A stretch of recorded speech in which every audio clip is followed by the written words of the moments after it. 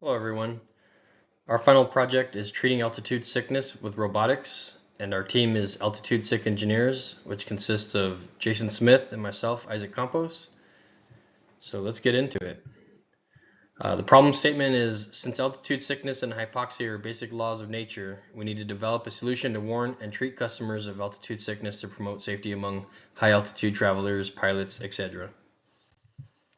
The customer list consists of pilots, aviation crew members, outdoor enthusiasts like mountain climbers, skiers, snowboarders, anyone spending time at high altitudes, and that includes travelers, anyone at a high altitude. Our solution benefits our customers. So our customers are going to be at high altitude, and our robot system provides early detection and notification of signs of altitude sickness, and it initiates emergency contact when vital signs are critical across two measures. And these two things could be life-saving for those at high altitudes. Our system consists of 3 robots, and those robots are the Smart O2 Watch, which was designed by Jason Smith, the Onboard Oxygen Generation System, or OBOGS, which was designed by a team member that unfortunately had to step away from the project at the last minute, and I designed the Emergency Contact System, or ESC. Here's a picture of the onboard oxygen generation system.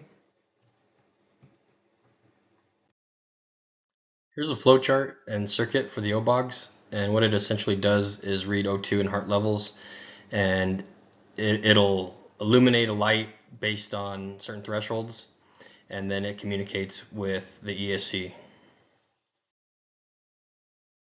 Here's a picture of the emergency service contact system. Here's a flowchart for the ESC along with the circuit. And what this does is receive communication from both the Smart O2 watch and OBOGs. And if it determines that the heart rate or O2 levels are critical, then an orange LED turns on for heart rate, blue for O2. If both turn on, a red light turns on along with an alarm, and it initiates emergency contact. And with that, I'll turn it over to Jason for the Smart O2 watch. Hello. Here's the Safe O2 watch. Technically not a watch, but it's a watch-like device. It measures barometric pressure and uses it as an input. It then converts that pressure to atmospheric oxygen level, which is normally around 21%. So oxygen levels below 19.5% can be dangerous.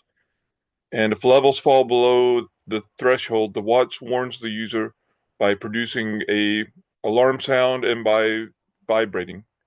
This will be especially helpful for, say, pilots as a backup safety system. If, for example, cabin pressure systems fail, it will alert the pilot. This will be helpful if other warning systems fail, especially when the pilots may be experiencing mental confusion due to low oxygen. Here's an example of a mountain hiker using the Safe O2 watch and the emergency service contact. As a hiker climbs up, they may not notice signs of altitude sickness. In this case, if oxygen pressure is low enough, it will set off the watch alarms. And if heart rate is also very low, along with low oxygen levels, the ESC will turn on beacon lights and send out an emergency alert to authorities. Here we have some value added. The Safe O2 watch can be produced for lower price than other commercially available products, since most available smartwatches have many more functions to them that are not necessarily needed. For example, here, this Garmin smartwatch costs around $200, whereas a Smart O2 can be produced for less than $20. The emergency service contact should be less than $50, and we couldn't find any commercial examples of any other devices that perform this exact task, so there would be value in patenting this product possibly. Finally, in conclusion, we believe that both pilots and high altitude hikers could benefit from either using the Safe O2 watch or the emergency service contact device, or both, to serve as a backup safety device for those who may be suffering from high altitude sickness. Thank you.